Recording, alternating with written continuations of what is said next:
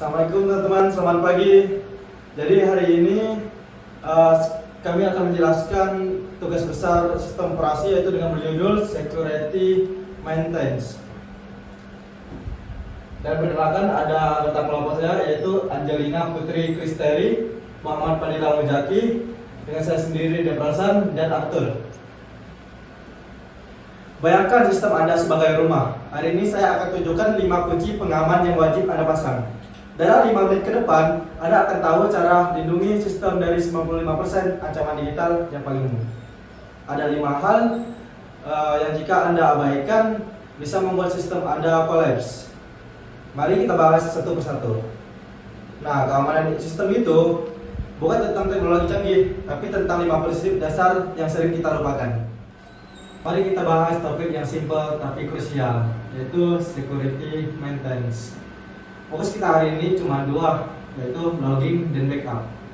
Siap? Yuk kita mulai. Ini konsep dasarnya.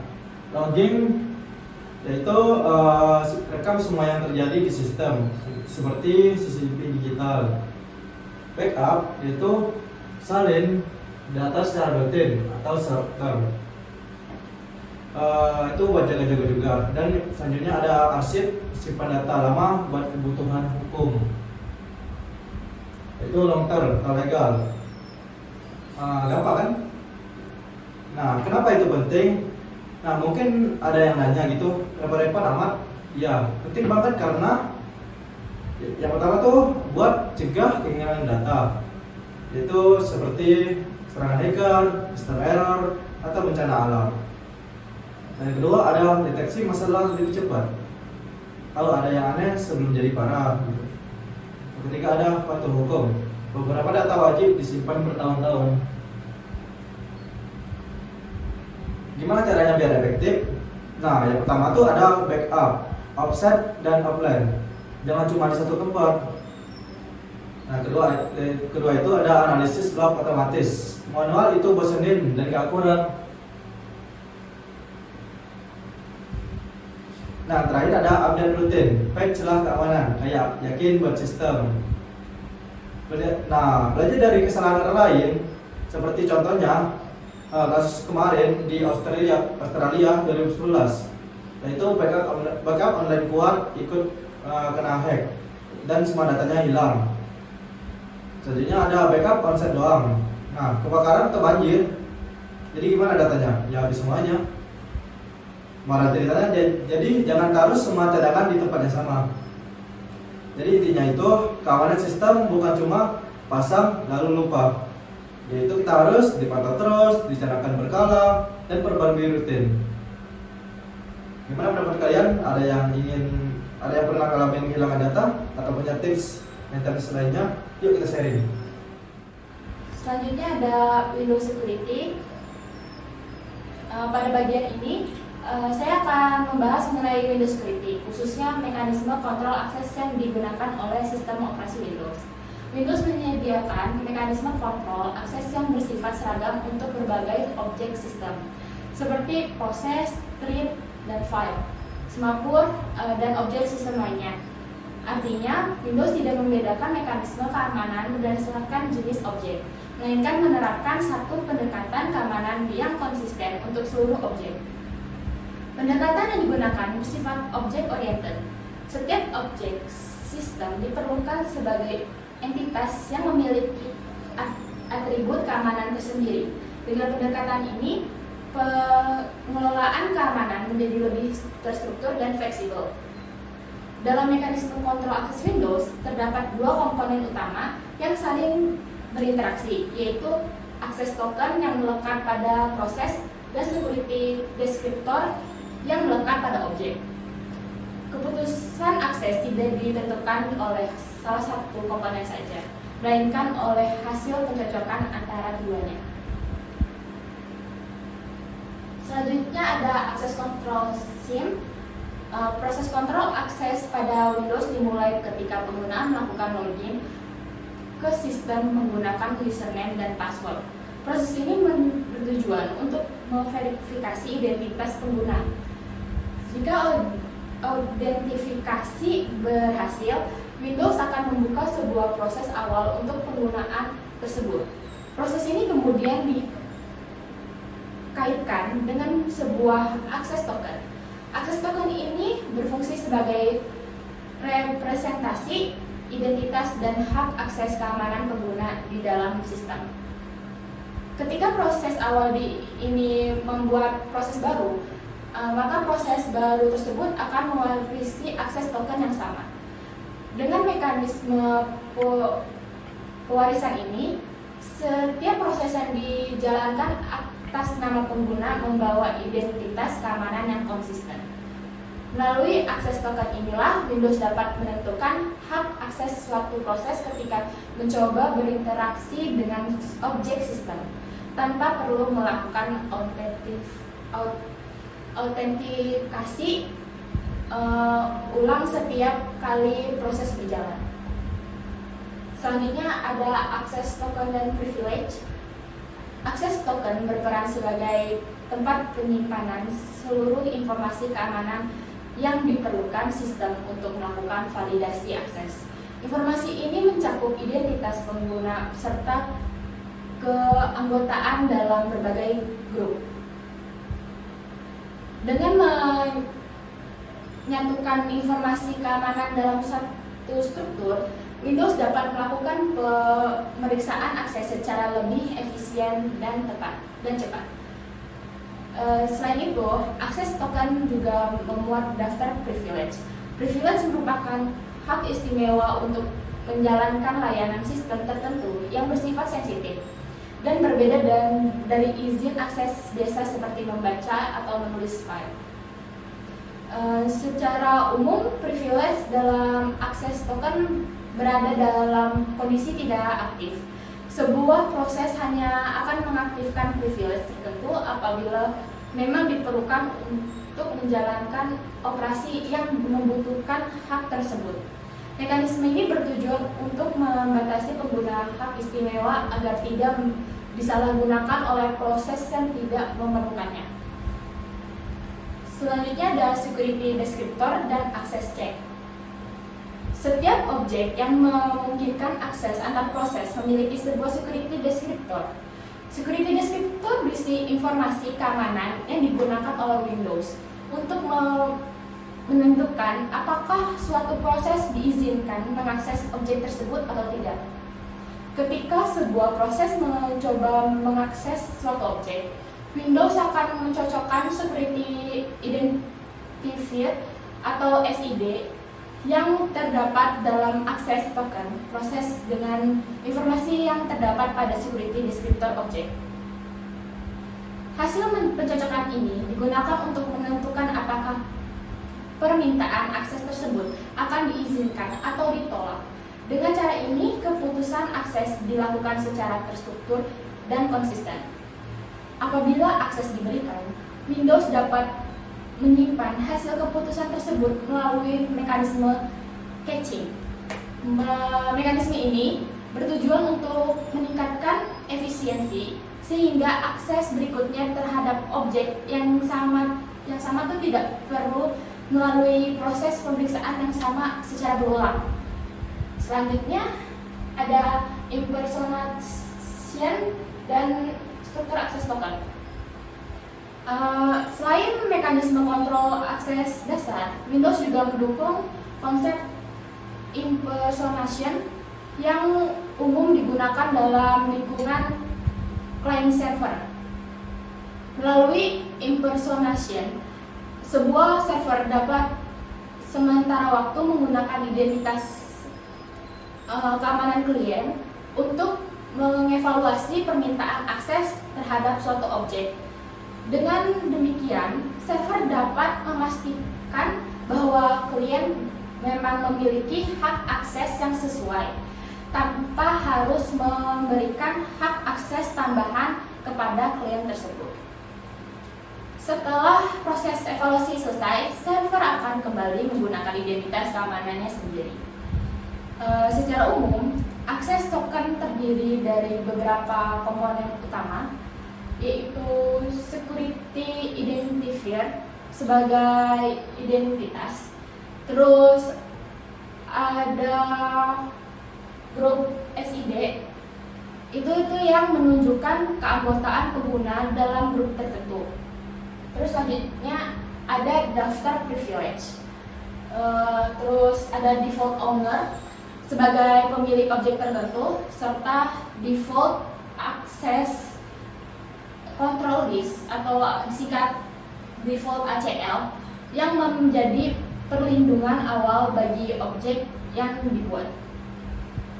Dengan memisahkan antara identitas dan hak akses proses melalui akses token serta aturan keamanan objek melalui security descriptor, Windows mampu menerapkan mekanisme kontrol akses yang aman, fleksibel, dan efisien. Jadi terima kasih kepada rekan-rekan saya nih yang telah menjelaskan bagian-bagian sebelumnya. Sekarang saya akan memaparkan mengenai security descriptor. Jadi security descriptor ini merupakan komponen inti dari fasilitas kontrol akses pada sistem Windows.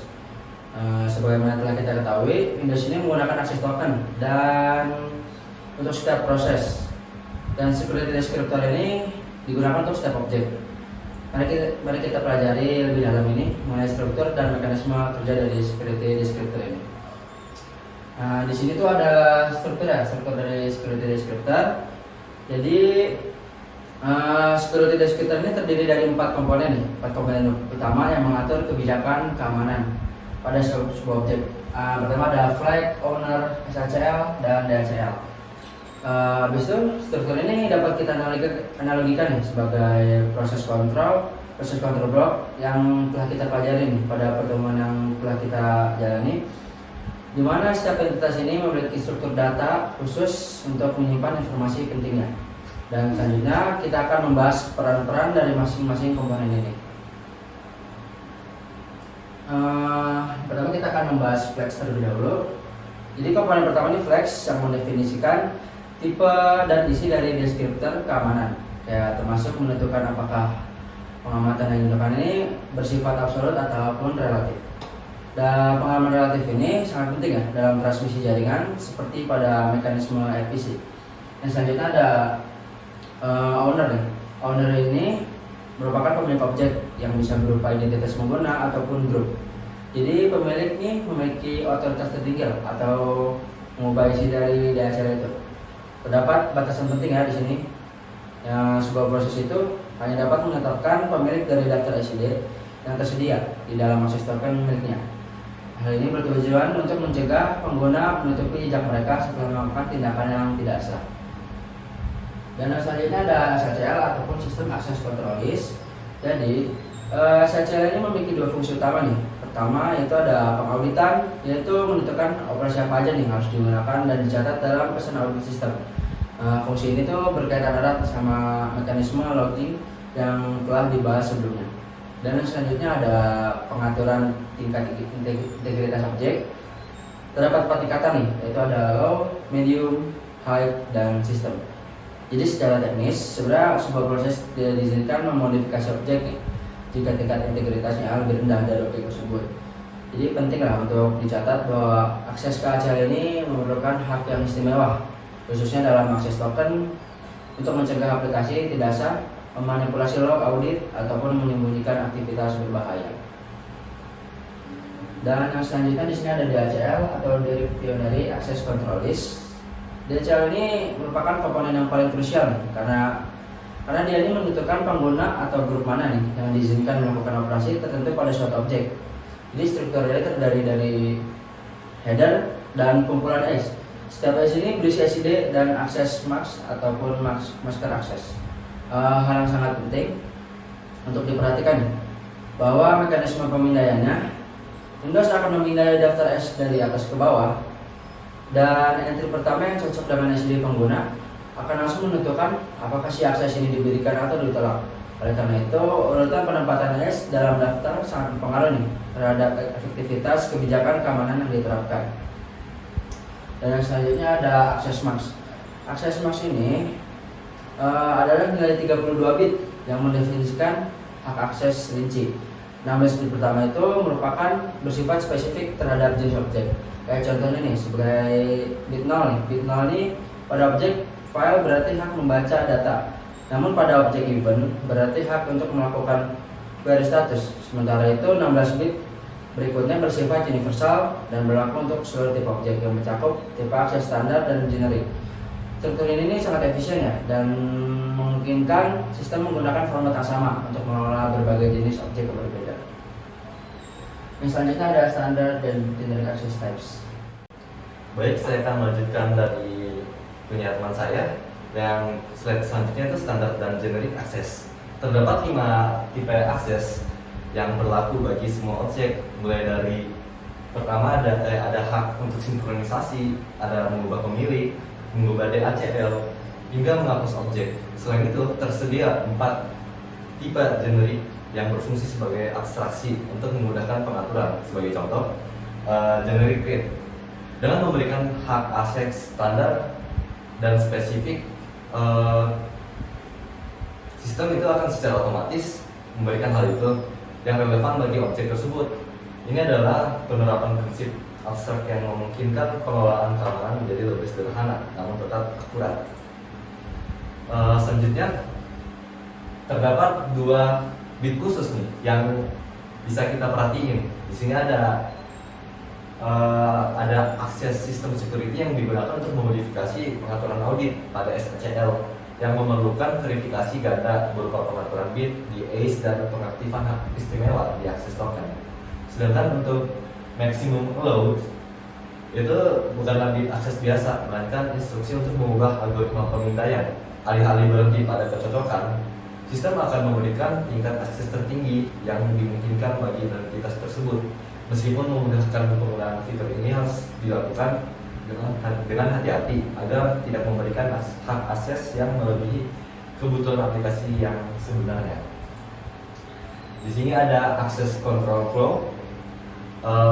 Mari kita tinjau alur lengkapnya. Saat sebuah proses meminta akses, Windows pertama-tama akan mengecek tingkat integritas melalui SACL. Kalau SACL berhasil memberikan, dia akan melanjutkan. Tapi kalau misalnya enggak, dia akan ditolak. Untuk mencari SID yang cocok, dia akan masuk ke dari sini, cek integrity level. Nah, keputusan tolong cut ya bagian situ ya. Gue ulang ya, sorry. Selanjutnya ada akses control flow. Mari kita tinjau alur lengkapnya. Saat sebuah proses meminta akses, Windows pertama-tama akan langsung memeriksa melalui tingkat integrity level. Jika gagal, akses langsung ditolak. Jika berhasil, sistem akan memindai DHCL untuk mencari SID yang cocok. Keputusan akhir ditentukan oleh entry cocok pertama yang ditemukan. Sebagai bentuk optimisasi kerja, Windows akan menyimpan hasil verifikasi tersebut dalam bentuk memori cache, sehingga permintaan akses tersebut berikutnya tidak perlu melakukan proses pemindaian lengkap dari awal. Nah, kita akan lanjut ke extensible security model. Salah satu fitur paling unggul dari sistem ini adalah ekstensibilitasnya. Aplikasi pihak ketiga seperti server basis data dapat memanfaatkan kerangka kerja keamanan Windows untuk mengamankan objek internal mereka sendiri. Mereka dapat menetapkan akses untuk operasi spesifik seperti penghubungan tabel atau pencarian data. Keuntungannya adalah terciptanya model keamanan yang konsisten di seluruh sistem, pengauditan yang terpusat, serta penggunaan kembali infrastruktur keamanan yang sudah teruji. Ini mencerminkan pemisahan yang terbaik antara mekanisme yang disediakan sistem operasi dan kebijakan yang ditentukan oleh aplikasi. Masuk ke kesimpulan, security descriptor adalah inti dari mekanisme kontrol akses pada Windows yang terdiri dari 4 komponen utama. Di sini ada flex, owner, SACL, dan DHCL yang bekerja secara sinergis. Prinsip utamanya meliputi efisiensi melalui kecocokan pertama, keamanan berlapis, serta fleksibilitas desain yang memungkinkan perluasan fungsi oleh aplikasi lain.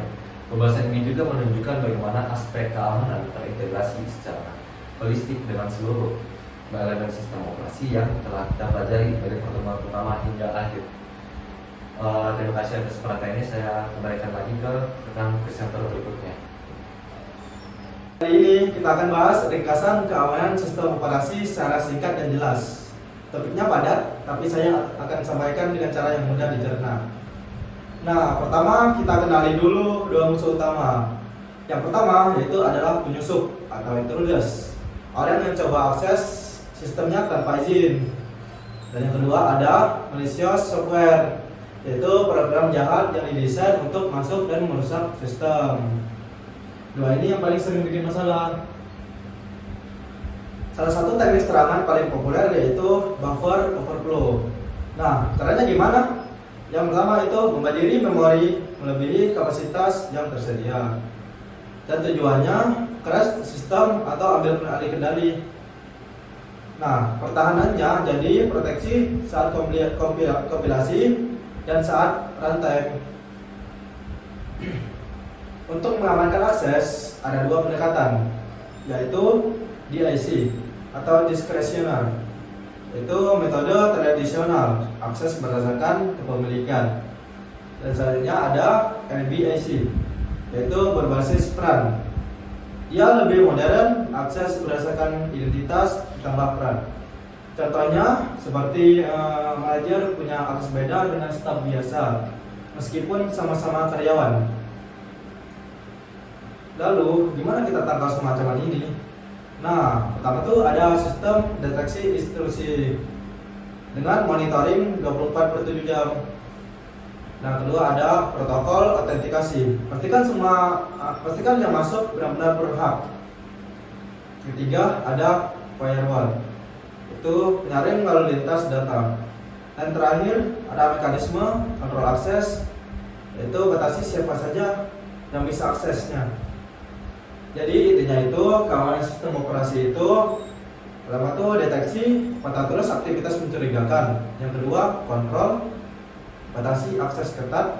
Dan yang ketiga pertahanan berlapis. Jangan andalkan satu sistem saja.